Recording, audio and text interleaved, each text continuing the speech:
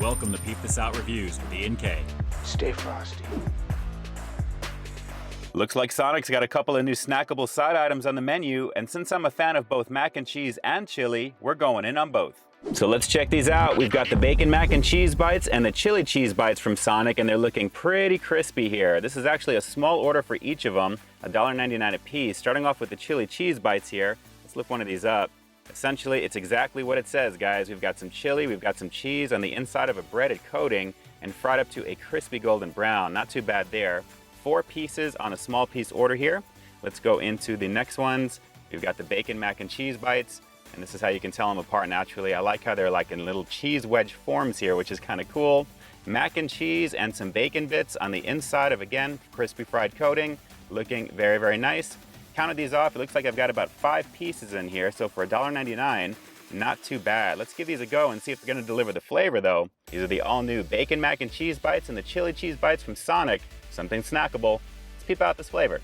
Yeah, the presentation is pretty cool on these, and they're already starting off on the right foot being fried, crispy, and golden, so that's already a step in the right direction. So, like always, before we get into these right now, if you guys are fans of high-quality, delicious-looking food reviews, make sure to hit that subscribe button down below, and don't forget to tap the bell icon so you can be notified as soon as new content drops every week.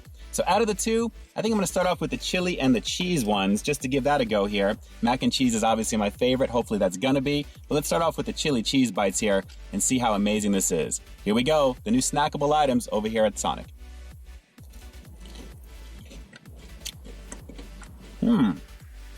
That's not bad. The flavor of the chili is mild, but it's definitely letting me know that it's there, and it's got a nice little cheese squirt in there as well, which is kind of nice. And of course, the crispy coating on the outside is pretty decent. These are fried up pretty perfectly right now. Definitely a poppable snack, and for 4 of them for $1.99, 50 cents a piece, not too bad for what this is. Let me give you that close-up, because if I take this one down, we're gonna have to start over again. Let's have a look.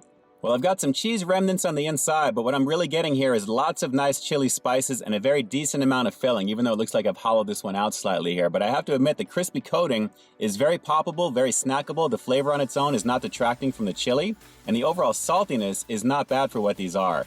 Yeah, so far pretty good, and they are pretty hearty considering the size of them too. And for $1.99, like I said, for 4 of them, that's not overly bad.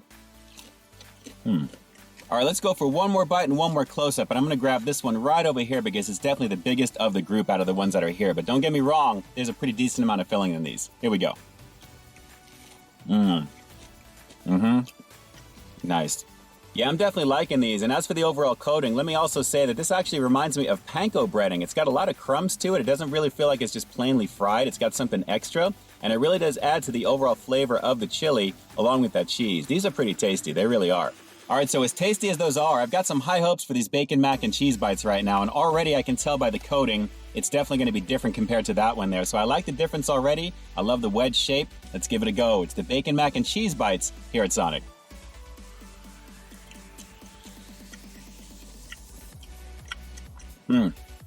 Okay, there we go.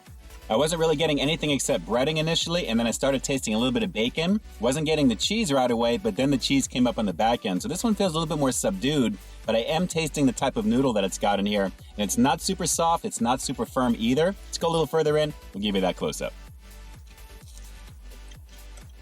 Well, if you take a look in the back, we've got a couple of bacon bits hanging out, and while the flavor itself is subtle in that department, I have to admit what I'm really getting mostly is the flavor of the fried outer coating. It's soft yet kind of firm at the same time, and it is clashing slightly with the macaroni and cheese that you have on the inside here. Speaking of the cheese is also very subtle itself, but you do actually chew into the noodles pretty nicely. You can taste them pretty well.